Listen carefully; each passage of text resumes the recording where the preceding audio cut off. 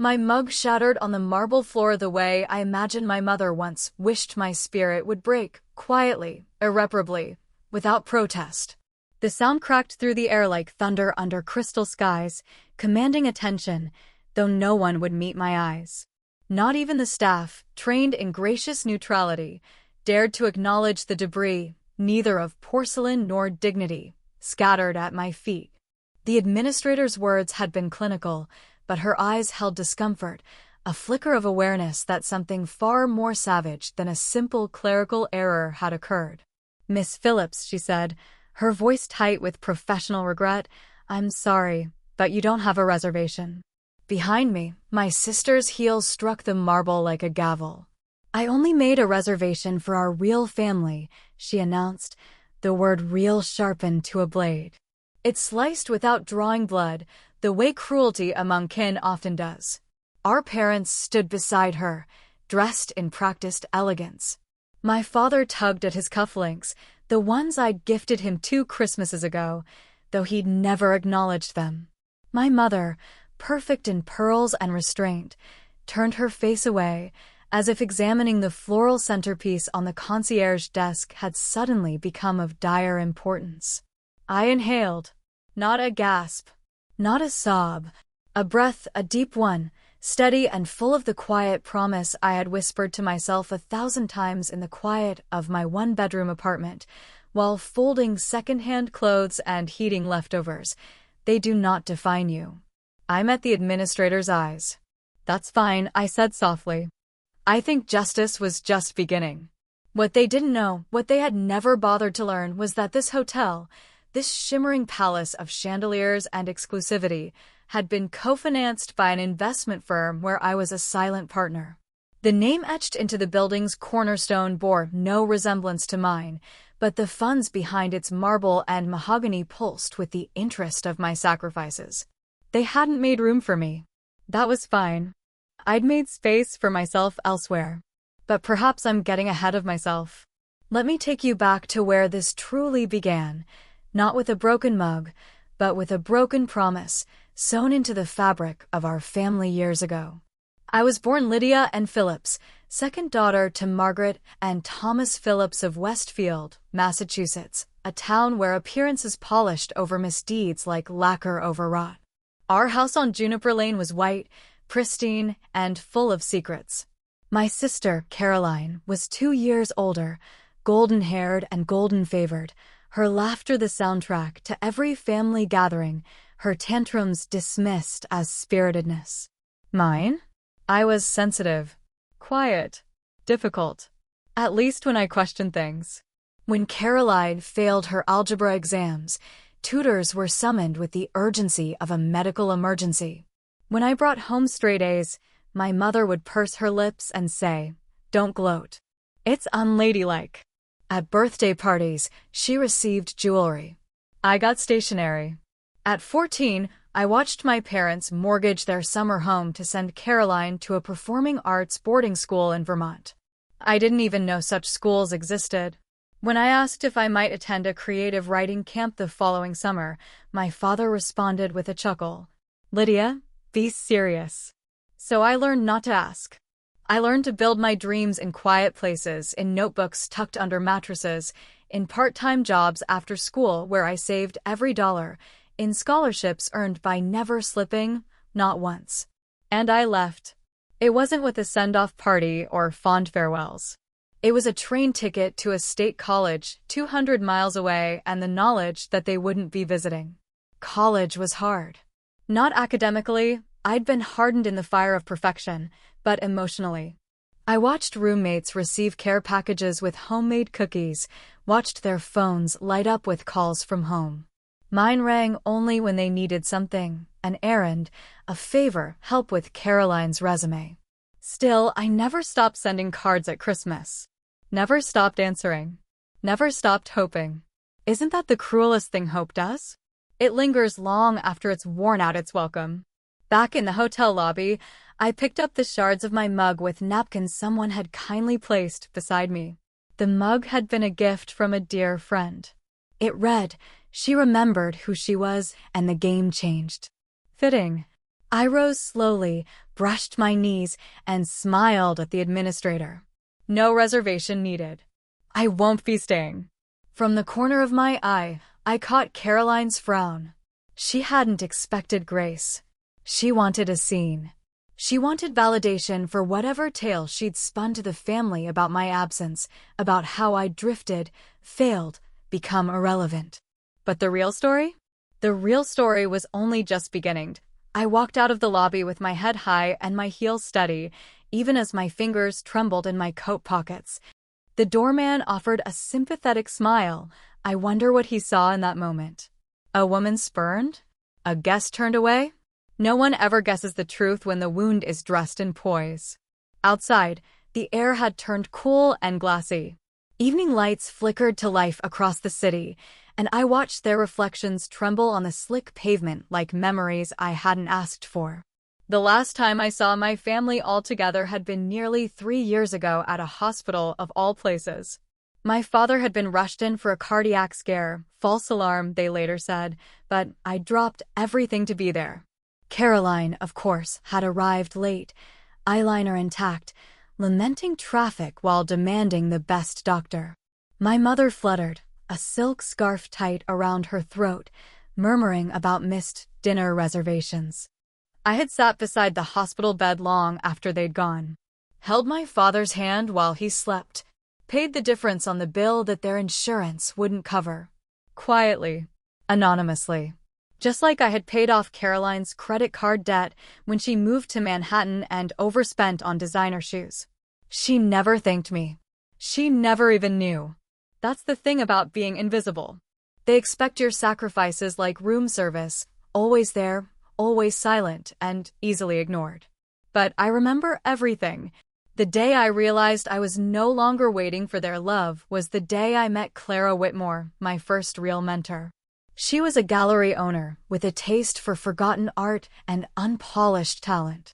I had interned at her space on Tremont Street, arriving early, leaving late, cataloging everything from faded canvases to warped frames. She saw something in me, something even I had buried. "You're not timid, Lydia," she said once, as we wrapped a cracked sculpture in layers of linen. "You've just been edited." "Edited?" I asked. "Trimmed down to fit someone else's margins." She helped me apply for a grant, pushed me to exhibit my own curatorial vision, and eventually introduced me to the partner at the investment firm that would change everything. I began as a junior consultant on their arts and culture portfolio. Within 2 years, I was their lead strategist. I invested wisely, chose quietly, built something beneath their radar. And now here I was, standing outside a hotel whose chandelier lighting I'd approved and whose private wine collection I'd curated through a discreet partnership. Their chosen venue for Caroline's engagement weekend. Booked without realizing the woman they'd shunned was the silent architect of every luxury surrounding them. My phone buzzed. A message from Jared, the assistant manager I'd trained personally just months ago. "Are you okay? Want me to cancel their suite?" I stared at the screen. My thumb hovered. The temptation to wield power like a sword burned hot and bitter.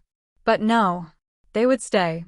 They would sip wine in crystal glasses, marvel at the imported linens, and toast their exclusivity, all while unknowingly basking in the world I helped create. That would be the real justice. Not vengeance, but revelation. And it was coming. Because what Caroline didn't know, what no one knew, was that the gala planned for Saturday night in the hotel's grand ballroom wasn't just a random charity event. It was mine. A launch for the city's first foundation supporting women artists from marginalized backgrounds. Fully funded, fully orchestrated, and fully publicized. I had sent the invitations weeks ago. Caroline's fiancé's firm was a sponsor. My name would be unveiled on the benefactor wall. Not Lydia Phillips. Not the forgotten sister. But L.A. Phillips, the name that had begun to gain quiet reverence in artistic circles. Let them come. Let them sit beneath my name in gold leaf and drink the champagne I had selected. Let them discover who the real architect of this weekend was.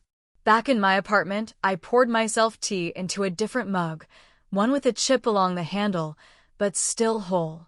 That was me now. Flawed, resilient, still holding. I pulled out the final draft of my speech for the gala. It wasn't long, just enough to name the women who'd helped me and the girls who'd been erased too many times. I debated whether to include the line about being left out of the family reservation. Not for pity, but for truth. Because the moment you stop hiding your pain is the moment it loses its hold over you.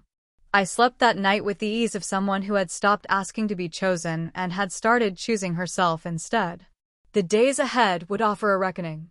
And I would meet them not with wrath, but with presence. Friday morning arrived draped in the kind of sunlight that felt deliberate, like the city itself had decided to spotlight the next act. The Paragon's marble steps gleamed, buffed by unseen hands.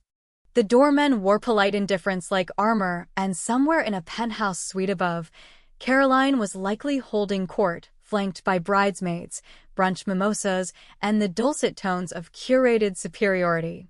I wasn't there. Instead, I sat in the corner booth of a small bakery downtown, sipping espresso and reviewing the final logistics email for the gala. Confirmed guest list, 243. Press coverage, The Globe, 2 arts magazines, and a local fashion blogger who adored writing about mystery benefactors. Scheduled reveal of the foundation's founder, 9:15 p.m. The name would flash on the screens before I even stepped up to the podium. That had been intentional. A moment of silence before the storm of recognition. I wanted their faces to register the truth before they could mask it. Just after 11 a.m., my phone rang. Unknown number. I let it go to voicemail. 2 minutes later, a text.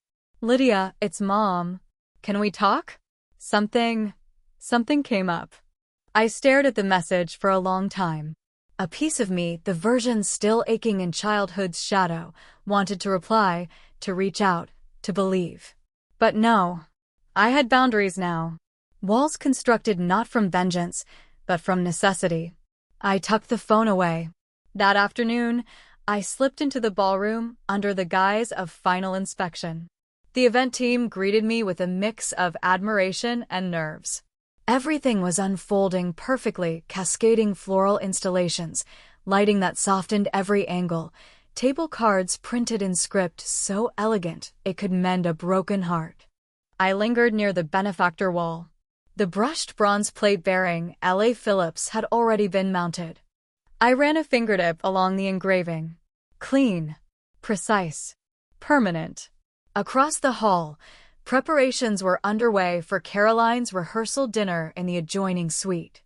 I caught sight of the catering staff setting up crystalware and expensive place settings.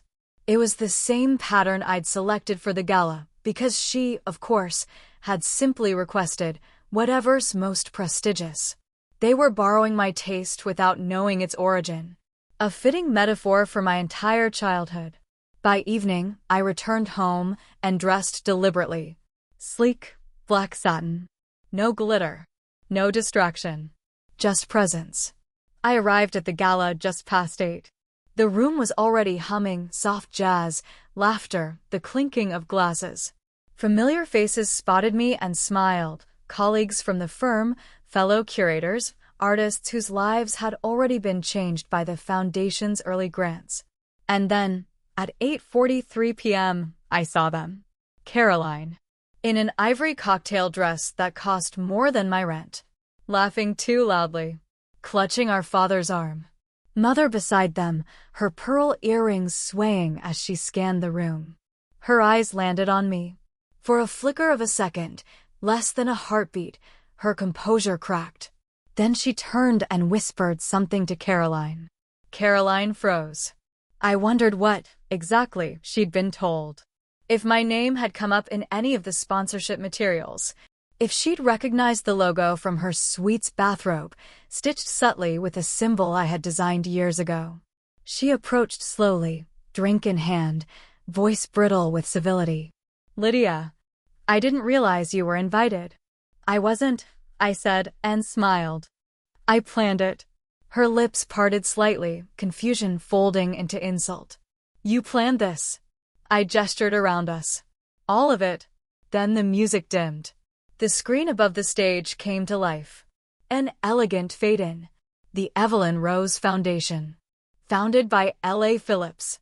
The hush was immediate. Eyes turned to me. A few gasps. A few murmurs. And Caroline, her mouth slightly agape, stepped back as if struck. I moved toward the podium. The moment I had dreaded for years didn't feel like vengeance. It felt like truth finally speaking aloud in my voice. Good evening, I began, the microphone warm in my hand. I'm L.A. Phillips, and this room is filled with the kind of magic I once thought was reserved for other people. Laughter. Gentle. Understanding. I created this foundation to honor women who have been overlooked, underestimated, and unheard, sometimes by strangers, sometimes by those closest to them. My eyes met Caroline's, then my mother's. I believe invisibility is a gift, if you survive it. It teaches you to see everything, especially yourself. Applause. Stronger now. I was told once that I wasn't part of the real family. But tonight, I'm standing in the family I've chosen, the one we're building together. More applause. A few guests rising to their feet.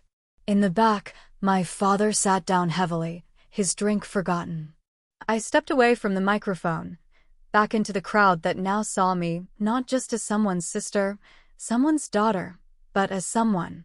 After my speech, a quiet descended on the ballroom, not silence, but a softness. A shift in gravity. Guests approached with outstretched hands, congratulatory words, and watery eyes. Women clasped my fingers a beat too long. Men nodded with unexpected reverence. It wasn't just respect, it was recognition. And yet, through the warmth and admiration, I could feel them. My family, standing near the edges of the crowd like ghosts in designer clothes, unsure whether to approach or vanish. Caroline was the first to break. She marched toward me, heels clicking like accusations on tile, her voice pitched to that dangerous register she used when she feared losing control. What is this, Lydia? Some kind of spectacle? You embarrassed all of us. I turned to her slowly, letting the moment stretch. Did I? I thought it was you who declared me not real family. Loudly. In a hotel lobby. In front of strangers. She flushed. She faltered. I didn't know. That I would be someone? I asked gently. That I would make something of myself, even without your approval? Her mouth opened, then closed. Behind her, our parents stood frozen. My father with that familiar tightness in his jaw, as if swallowing words too bitter to say. My mother. Oh, my mother. Her expression had always been an inscrutable mixture of disappointment and restraint. But tonight, there was something else. A flicker of fear? No, not fear. Awareness. For the first time, she saw me not as an inconvenience or a quiet shadow, but as something she couldn't control. I don't want a scene, Lydia, she said as she approached, her tone measured. You had your scene, I replied, calm as winter glass. In the lobby, when you turned away. We were surprised, she said, not quite meeting my eyes. We thought you'd decline. You always do. Because I stopped expecting invitations, I wanted to say. Because I learned what self-preservation looked like. Instead, I asked, why now? She glanced at the growing attention from nearby guests and dropped her voice. You made this so public. I didn't make it public. I made it mine. They didn't respond. And maybe that was the greatest admission I'd ever receive. After they left, early, of course, the rest of the evening bloomed. The gala raised more than I'd hoped for, and the foundation had already exceeded our outreach goals. But beyond the numbers and accolades, something else had settled inside me. A strange, unfamiliar stillness. Not the numbness I'd grown used to, but a kind of quiet peace. It's a startling thing to realize that the people who hurt you the most were never actually holding the key to your happiness. That the love you begged for wasn't love at all, but currency traded only when convenient. And yet, it doesn't stop the ache entirely. I still grieved what never was the family I tried to earn, the softness I longed to hear in my mother's voice, the pride I once hoped to see in my father's eyes. But grief is not weakness. Grief is proof that I survived loving them, even when they couldn't love me back the way I deserved. The next morning, I returned to the hotel lobby not for spectacle, but for closure. I carried a single envelope addressed in my careful handwriting. Inside was a photograph. Me, standing at the podium, a beam of light catching my face just right, the screen behind me glowing with my name. I left it at the concierge desk with a note, for the Phillips family, so they remember what they chose to miss. Then I walked back out into the city that had become my home, not just of geography, but of self. The version of me who had waited to be picked, to be seen, to be chosen, she was gone. The woman who remained didn't need their approval. She had her own name now. And it was enough. After the gala and its soft, echoing triumphs, I spent the next few days moving slowly through my routines. Watering my plants, filing receipts, letting the stillness seep into my bones like a long-awaited warmth. There's a peculiar quiet that comes after a storm you survived. It's not relief, exactly. It's more like exhale. I no longer checked my phone every hour for their reactions. I didn't need their words. But they came anyway. A single email from Caroline.Phillips at subject, Saturday night. No greeting. No warmth. Just 2 lines. I didn't know you were capable of all that. I guess we were wrong about you. Still wish you hadn't done it like that. Like that. As if there was any other way. As if my silence, year after year, hadn't been the most obedient act of love. As if I hadn't sat through 100 family dinners swallowing words like stones, hoping silence might someday earn me a seat. I didn't reply. There was nothing to say that I hadn't already spoken with my choices. What surprised me most in the days that followed was not their reaction, it was who else reached out. Aunt Marie, my mother's estranged sister, called out of the blue. I watched the gala online, she said softly, after a long silence. You looked radiant. Like your grandmother. My breath caught. I had only faint memories of Grandma Elise, her rosewater perfume, the rustle of her cardigans, the way she'd sneak me butterscotch candies and whisper, "One for the brave girl." She had died when I was 7. No one ever mentioned her afterward. She would have been proud, Aunt Marie added. She tried to protect you, you know. When things started shifting in the family. But your mother wouldn't hear it. I sat down slowly, like the weight of that truth had finally landed. She left me a box, Aunt Marie said. I think you should have it. Letters. Some drawings you made as a kid. Herwell said it belonged to the one who needed reminding that she came from love. I didn't cry then. Not out loud. But something inside me reached for that box across the miles like a lifeline. It arrived a week later, wrapped in layers of brown paper, the address handwritten in looping, slanted script. Inside was a shoebox, the cardboard faded and dented with time. It smelled like lavender and dust. The first thing I pulled out was a photo. Me at 5 years old, covered in finger paint, grinning like joy itself, standing beside a canvas 3 times my size. Grandma Elise knelt beside me, her hand on my shoulder. Her smile was for me, not the painting, not the moment, but for me.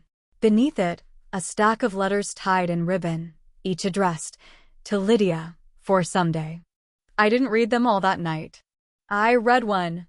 Then I pressed it to my heart and wept. For the child I was.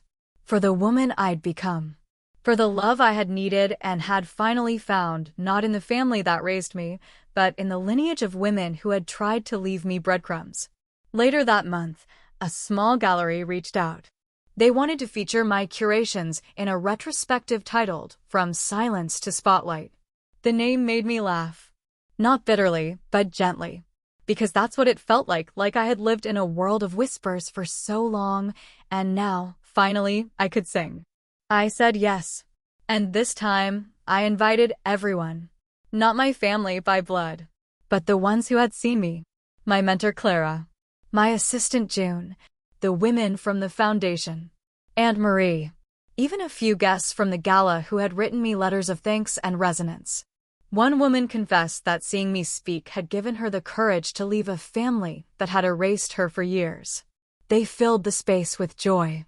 And this time, when my name was announced, the applause was loud, unguarded, and entirely mine. Outside the gallery, under a pale moon, I looked up at the sky and whispered a single word. Thank you. For the mug that broke. For the lobby that humiliated me. For the silence that shaped me. Because it all led here, to this life I had forged in fire. And oh, how brightly it burned now. It had been nearly a month since the gala. Since the truth spilled across marble floors and velvet curtains and names were finally worn like armor instead of shame. One quiet Sunday morning, I found myself at my writing desk, the one tucked beside the bay window overlooking the city's worn rooftops. The light filtered in like silk, softening everything it touched. I opened my journal to a blank page. But instead of pouring thoughts into the stitched leather sanctuary, I reached for a sheet of linen paper. And I began a letter. Not to Caroline. Not to my mother. But to all of them. Dear Philip's family. You once told me silence was grace. That humility meant shrinking. That real love never made a scene. So I buried every hurt, every exclusion, every time I was forgotten or conveniently overlooked. I stitched myself into the hem of our family, thinking invisibility was the price of peace. I believed if I just waited long enough, stayed kind enough, useful enough, small enough, you'd see me. But I've learned something now. People don't see what they refuse to look at. You refuse to look at me not because I lacked value, but because acknowledging me would unravel the illusion you built. The perfect daughter. The perfect family. The clean, unchallenged narrative. So I built something of my own. I made a home from rejection. I made power from loneliness. I made purpose from the ache of being left out. You don't have to understand. I didn't do it for you. But I hope one day, when the lights dim and the applause fades, you'll remember the night you sat in a room shaped by the daughter you forgot. And I hope that memory makes you pause. Not in guilt. Not in shame. But in clarity. Because justice isn't always loud. Sometimes it arrives in whispers. Sometimes it wears pearls. And sometimes, just sometimes, it signs its name with steady hands and a full heart. I forgive you. But I do not return. Lydia. I didn't seal the envelope. I never intended to send it. But it sat on my desk for days, a quiet act of closure. A ribbon tied not around a gift, but around a wound finally allowed to scar. That week, I returned to the foundation offices to meet with our first group of fellows. 12 women. 12 stories of near erasure. Of being dismissed, sidelined, minimized. And yet, they were brilliant. One sculptor. 2 dancers. 3 poets. A mother of 4 who'd painted at her kitchen table after bedtime for 10 years and had finally called herself an artist without apology. They sat around a conference table that gleamed beneath pendant lights, each of them holding portfolios that once lived in hidden drawers. You are not charity, I told them. You are revolution. I watched their spines straighten, their eyes lift. I recognized the look. The one I had worn the first time someone believed in me. That Friday, an envelope arrived at my door. No return address. Inside, a card. 2 words in familiar script. Thank you. No signature. But I knew it was from her. My mother. Not because it was warm, but because it was late. Always late. Like all the love I'd waited for. And finally decided I didn't need. By the second spring after the gala, the foundation had expanded beyond anything I dared dream in those early, secret years. What began as a single evening of quiet defiance now breathed through studio spaces, mentorship programs, and scholarship funds, all carrying the unspoken echo of my former life.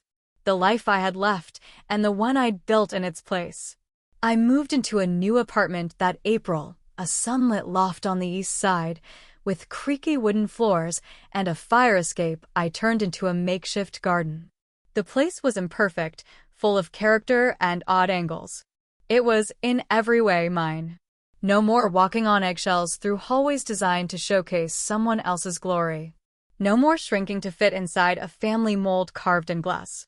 Here, the walls were blank, waiting not for approval, but for art. The first picture I hung was a print of the gala's benefactor wall. L.A. Phillips gleamed quietly in the photograph. Not as a boast. As a memory. I placed it just above my desk. The second picture was a crayon drawing, folded and worn from years, tucked inside a box.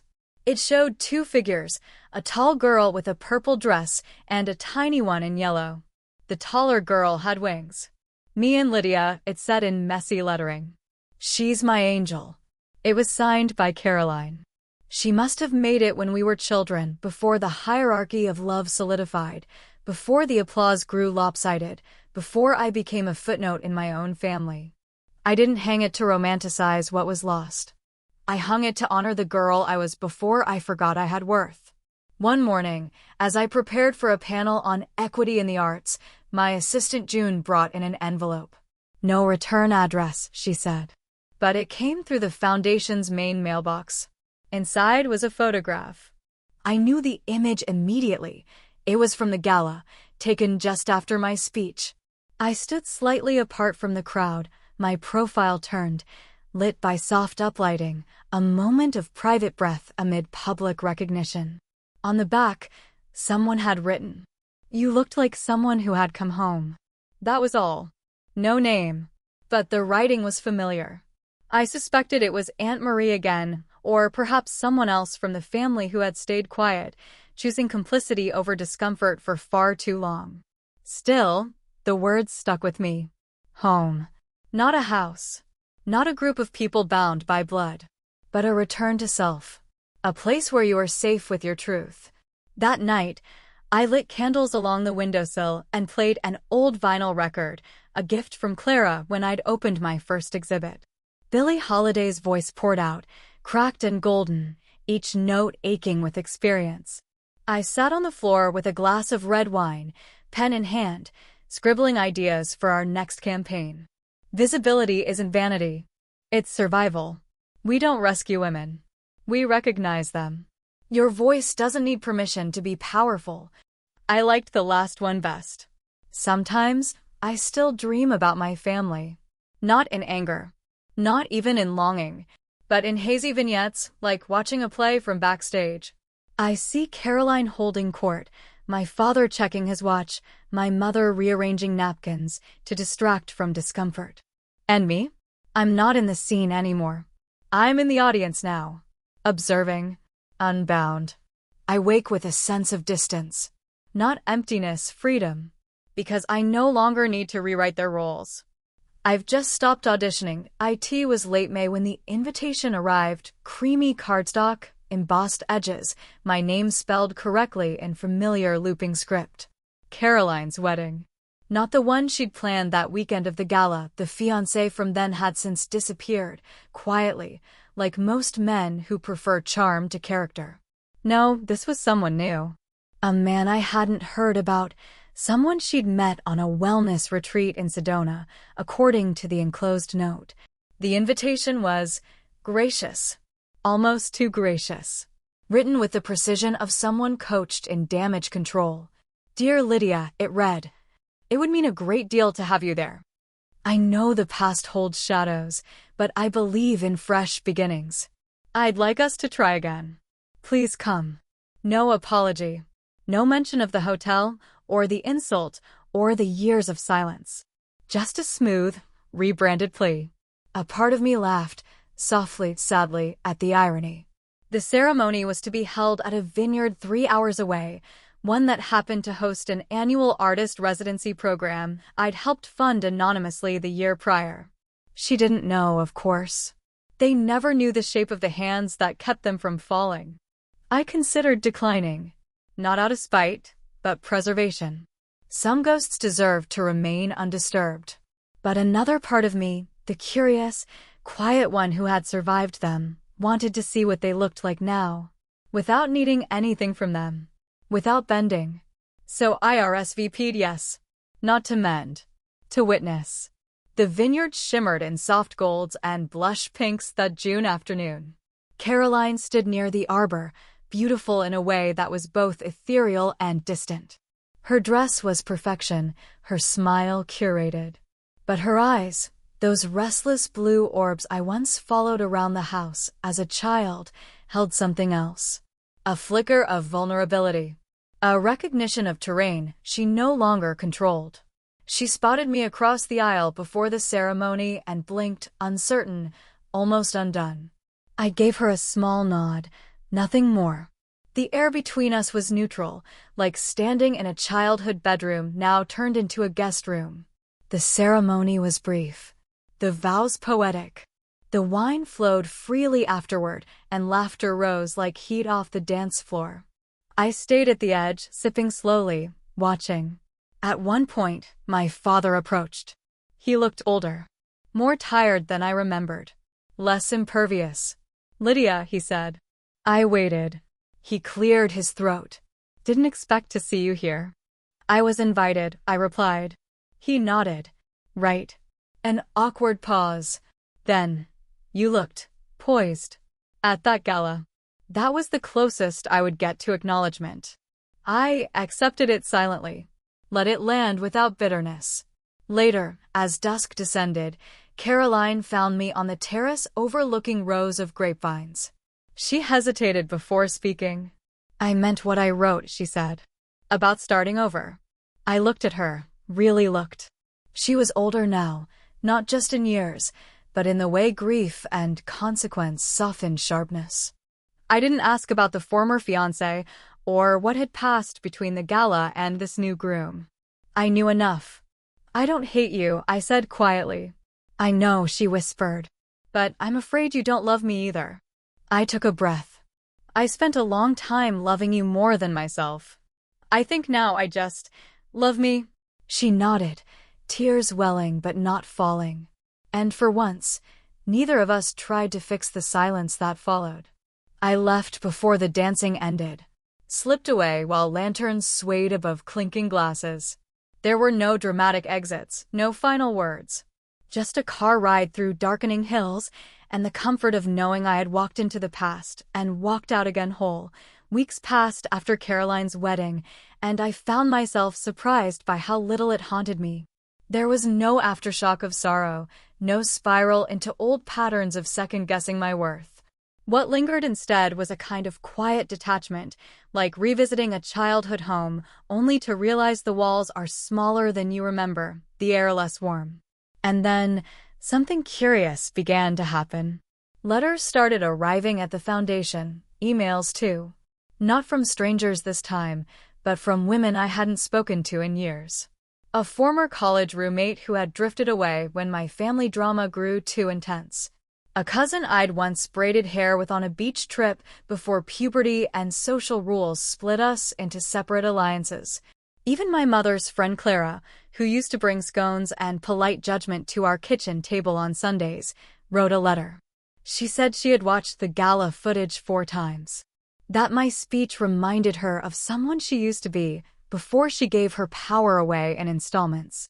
"I've started painting again," she wrote. "Because of you." I placed her letter beside the others in a pale blue box labeled, "Evidence of Becoming." One afternoon, while walking through the sculpture garden behind our newest exhibit, I was joined by June, my assistant. She'd been quiet all morning, chewing her pen in thought, something she did when nerves and excitement competed for space. "I've been meaning to ask," she said, nudging a pebble with the toe of her boot. "Would you ever consider writing a book?" I blinked. "About what?" June raised an eyebrow.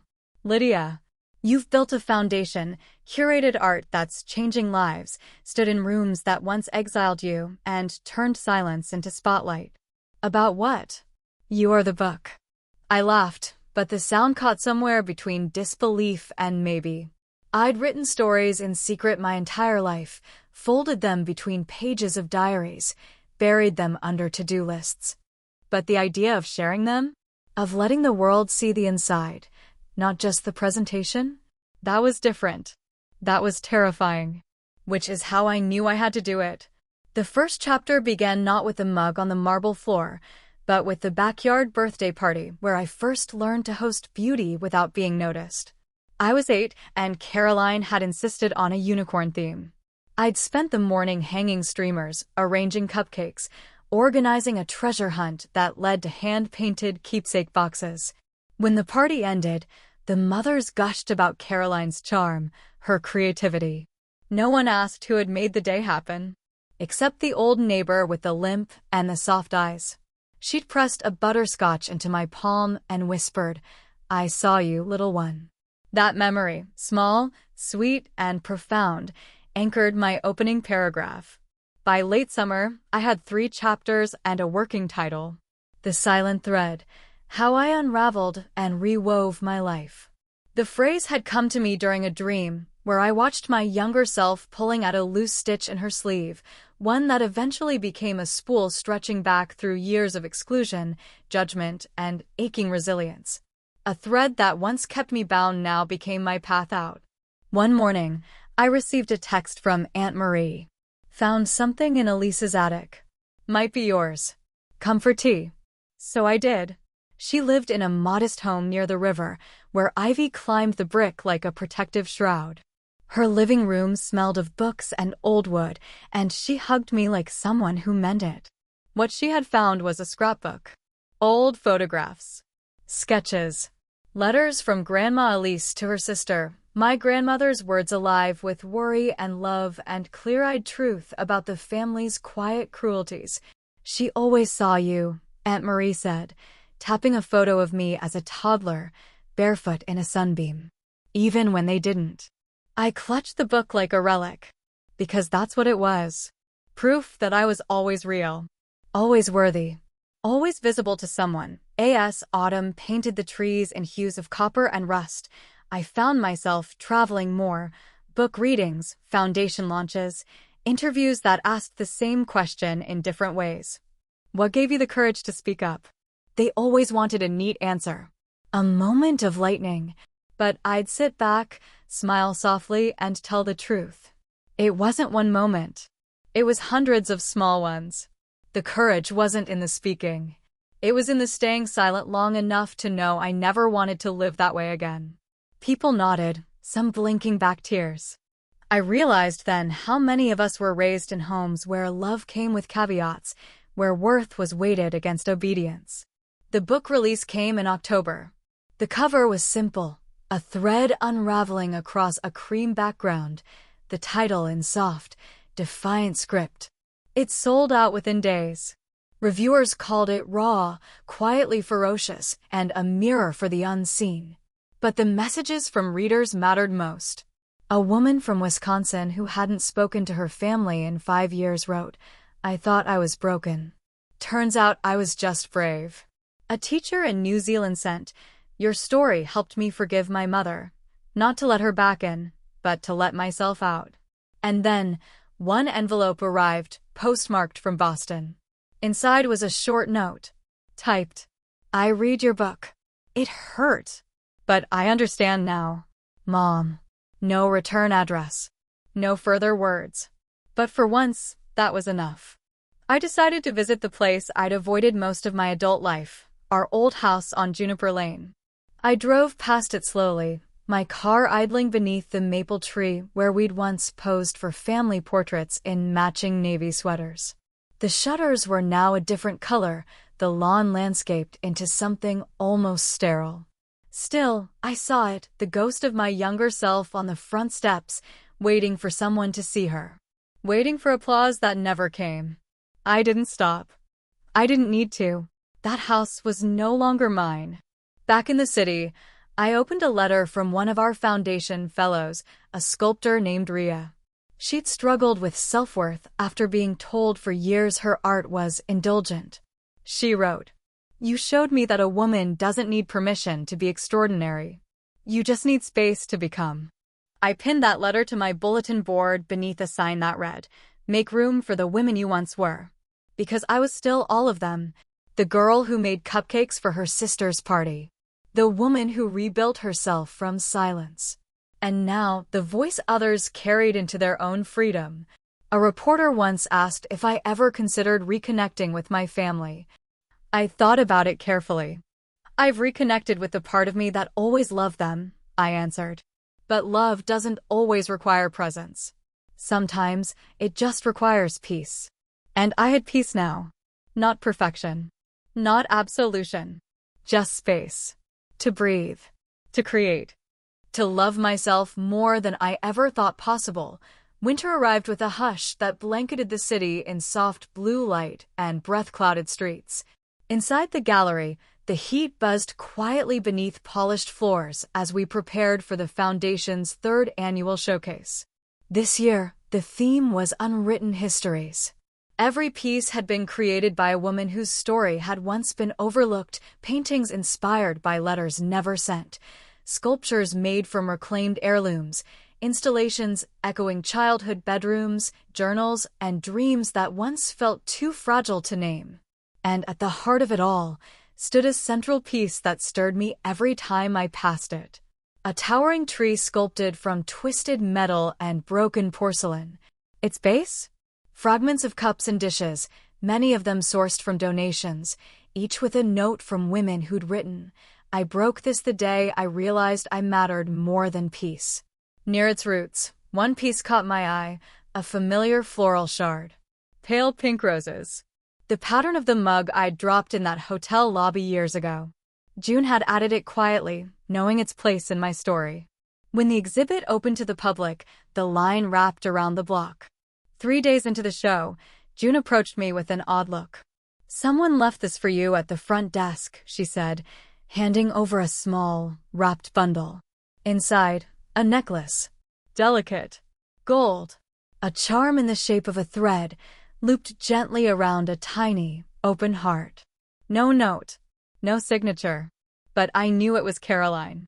I knew because she had worn one just like it when we were little, 2 necklaces from our grandmother, meant to symbolize the bond between sisters. Hers had been lost years ago. Mine had been tucked in a drawer, too painful to wear. I opened my jewelry box that night and retrieved it, placed them side by side on my dresser. 2 halves of a truth.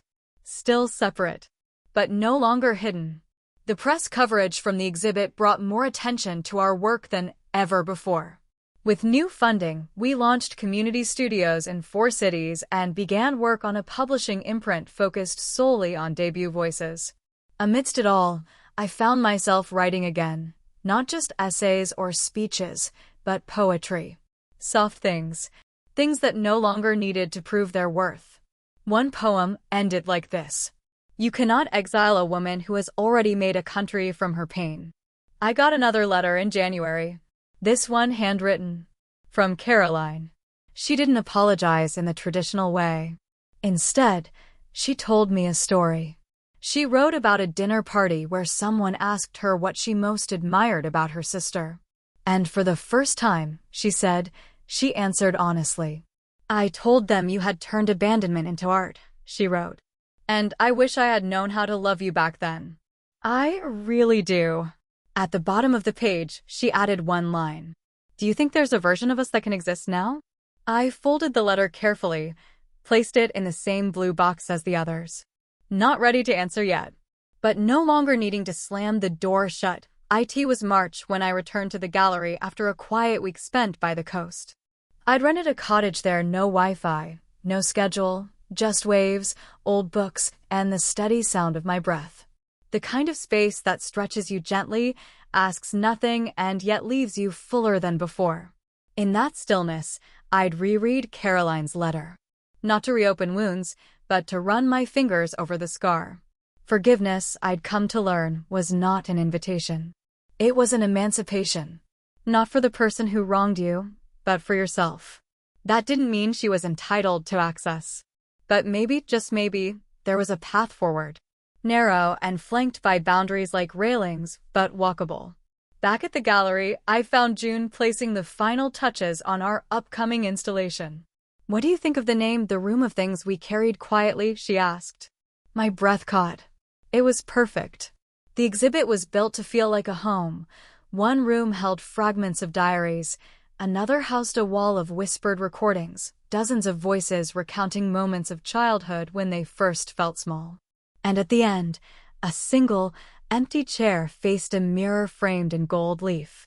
Visitors sat, looked, reflected. One woman wrote in the guest book, "This was the first time I saw myself and didn't flinch." A week later, Caroline emailed, "Just a question. Would you meet for coffee?" Just us. I stared at the screen. My heart didn't race. My palms didn't sweat, because I was no longer the version of me who feared the answer. I wrote back, "Yes," but on my terms, neutral ground. 1 hour. We met at a quiet cafe tucked between a florist and a bookstore. The air smelled of espresso and eucalyptus. She was already seated when I arrived, her fingers wrapped around a chipped ceramic mug, not unlike the one I had once dropped. She stood when she saw me, then hesitated. I nodded. That was enough. We sat. The silence wasn't tense. It was delicate. "I read your book," she said after a moment. Every page felt like a room I used to walk through without noticing who lived in it. I didn't speak. I let her continue. "I thought love was about being the favorite," she said. "But I think I missed the whole point. You loved us. All of us. Even when we gave you scraps." I looked down at my tea. I did. Until I couldn't anymore. "I know," she whispered. She didn't cry. Neither did I. But there was something in the space between us that shifted, like fog lifting slowly from a field. "I'm not asking to be let in," she said finally. "Just to be seen." I met her gaze. That's all I ever wanted. We didn't hug. There was no movie-worthy reconciliation. But when we stood, she placed her old necklace in my hand. "I found it in the attic. Thought maybe it belonged in your gallery." I smiled, small and real. "It already does." That night, I added a new section to the Foundation's exhibit, a small shadow box mounted on the wall. Inside were 2 necklaces, entwined, slightly worn, quietly luminous. Below them, a plaque read, "For the sisters who tried, for the silence that taught us, for the voice that came back stronger." Visitors lingered there longer than at any other piece. Some wept, some smiled. All of them understood. Spring slid into the city like a quiet lover, soft breezes curling between buildings, tulips pushing up through public gardens, and a sense of return without fanfare. It reminded me of something a therapist once told me: healing is not a grand finale. It's the mundane becoming bearable again. And bearable it had become. I was no longer tensing at unseen shadows or measuring every word for acceptance. I could walk through the Foundation halls and not flinch when someone mentioned family. I could sit with silence and not feel empty inside it. One afternoon, I met June in the conference room for a staff retreat planning session. She placed a small envelope on the table before we began. "Another letter," she said, her smile careful. "From your mother." I hesitated, then opened it. Inside, a short note on cream stationery. I saw the necklaces in the exhibit. I stood there for a long time. "I'm not asking to be in your life, Lydia. I just want you to know I finally understand that I wasn't." Beneath her name, a postscript. "I wish I'd known how to raise a daughter like you." No defense. No plea. Just truth. I folded the letter and slipped it into the pocket of my coat. Later that night, I tucked it into my blue box, the one that held the pieces of my becoming. That week, I led a workshop called Narrating the Self. A small circle of women gathered on reclaimed floor cushions in our gallery annex. The rules were simple. You didn't have to read what you wrote. You just had to write it. At the end, one woman, a grandmother named Rosalie, stood up and said, "This is the first time I've been in a room where my silence wasn't mistaken for ignorance. Just a history waiting its turn." The group clapped gently. Afterward, I walked home through the soft dusk, hands in my coat pockets, my breath curling into the warm air like steam from a tired teacup. I passed shop windows lit with golden lamps and watched a little girl spin beneath cherry blossoms as her mother laughed nearby. I paused. The sight didn't wound me the way it once might have. I smiled instead, because I had learned how to mother myself, to choose softness not out of obligation, but out of reverence, to stay not for others, but for myself. One evening, I sat with June reviewing applications for our next fellowship. I paused on one portfolio, a series of watercolor portraits, raw, tender, unvarnished. "Who is she?" I asked. June grinned. "An ER nurse from Connecticut. Said she rediscovered painting during overnight shifts. Said she used to dream of RISD. The name sent a jolt through me. Not pain, recognition." I flipped to the final page of the application and read the name aloud. Daisy Winters. Mrs. Winters. My old art teacher. The one who cried when I turned down the scholarship. The one who gave me a pressed daisy and a folded goodbye card. I looked up at June. "Let's give her a studio." June didn't ask why.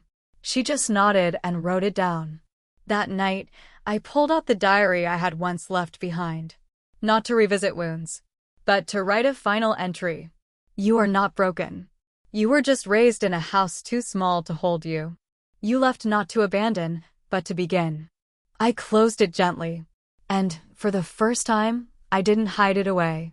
I placed it on my shelf, beside the books that had shaped me, because I was no longer afraid of my past. I had made it art. The Foundation's archives were stored in a repurposed library just outside the city, the kind with creaky floorboards and tall, arched windows that filtered sunlight like an old cathedral. We'd bought the property 2 years ago and transformed it into what June lovingly called our memory house. It was where we kept everything: early grant proposals, letters from our first fellows, sketches, voice recordings, even shattered pieces of sculpture too delicate to display but too important to discard. It had become a sacred space. Not for display, but for remembrance. I visited it often, not out of obligation, but as a kind of ritual. A pilgrimage to the past that shaped the woman I had become. On one visit, I found June already inside, seated cross-legged on the floor, flipping through an early photo album. "You've always looked exactly like you," she said without looking up. I smiled. "What do you mean?" She turned the album toward me. A photo of me at 24, hunched over a gallery desk, sorting artist applications. My hair was shorter then. My clothes borrowed and mismatched.